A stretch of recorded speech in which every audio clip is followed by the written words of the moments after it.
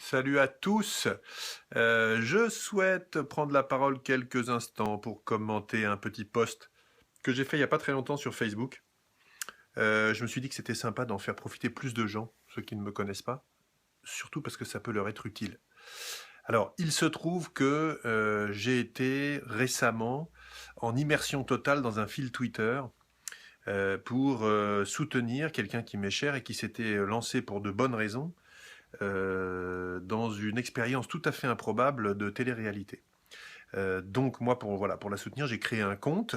Ce compte, je n'étais pas nommément mis en avant. J'espérais avancer un peu masqué en fait au sein des tweetos. Et donc je voulais vous donner 2-3 règles très simples qui peuvent peut-être vous aider si vous avez le même genre d'expérience à vivre à terme ou si vous essayez de comprendre un petit peu ce qui se passe et que vous n'avez pas envie d'éternellement passer pour une buse à ce sujet. Peut-être que mon expérience pourra vous aider. Première chose, concernant la conjugaison, et en particulier la conjugaison des verbes du premier groupe, oubliez tout ce que vous avez appris. Voilà. Donc ne soyez choqués par rien, faites vous-même preuve de créativité éventuellement, vous gagnerez probablement de la visibilité et du crédit. Le son et s'écrit aléatoirement E-E-R, E-Z, E-E-S, E-E-N-T, A-I-S, A-I-E-N-T, tout ce que vous voulez. Dès qu'il y a le son et, vous choisissez, vous avez toujours bon. C'est absolument génial, c'est absolument magique, ça ne choque personne. Alors, il y a des vagues restes de règles. Par exemple, si vous êtes plusieurs filles, vous faites EES à chaque fois. S'il y a un vous pas très loin, vous mettez EZ. Voilà. Que souhaitez-vous manger, par exemple, EZ, comme ça c'est parfait, là, tout le monde croit que c'est bon. Donc là-dessus, voilà, soyez très très cool avec ça. Hein, ça, c'est la première chose. Deuxième chose, si vous avez envie de sourire, de rire un peu, voire même de rire beaucoup, vous mettez après tout ce que vous écrivez MDR. Hein, MDR qui signifie mort de rire. Donc, si vous avez envie de rire un peu plus fort, vous mettez MDR avec plusieurs R. Et si cet état se prolonge, vous mettez je suis mort à la fin.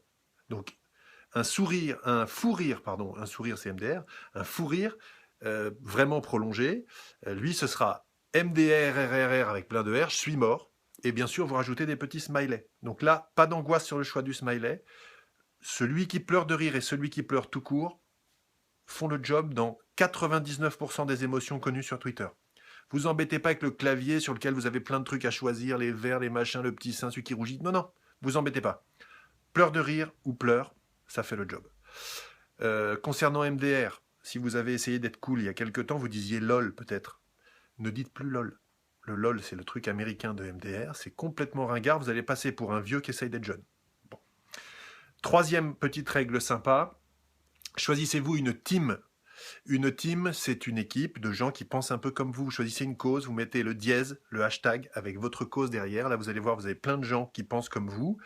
Essayez pas d'être trop original, il faut avoir des gens avec vous. Vous hurlez un peu avec les loups, c'est très bien. Vous allez voir, ils sont enthousiastes, ils sont contents. Parce que sinon, vous êtes tout seul. Et être seul sur Twitter, c'est vraiment super naze. Voilà. Donc, si vous avez une team et que vous êtes à peu près bon, vous allez gagner des followers. Le follower, c'est un concept un peu étrange d'amis, mais ce sont des amis que vous ne verrez jamais, donc ils vous rendront pas service. Enfin, mais c'est quand même les amis sur Twitter, quoi. Et il faut en avoir un peu pour exister sur Twitter, au moins quelques centaines. Sinon, vous êtes un peu pas grand-chose. Voilà. 3 petites règles, j'espère que ça vous aidera. Salut, ciao.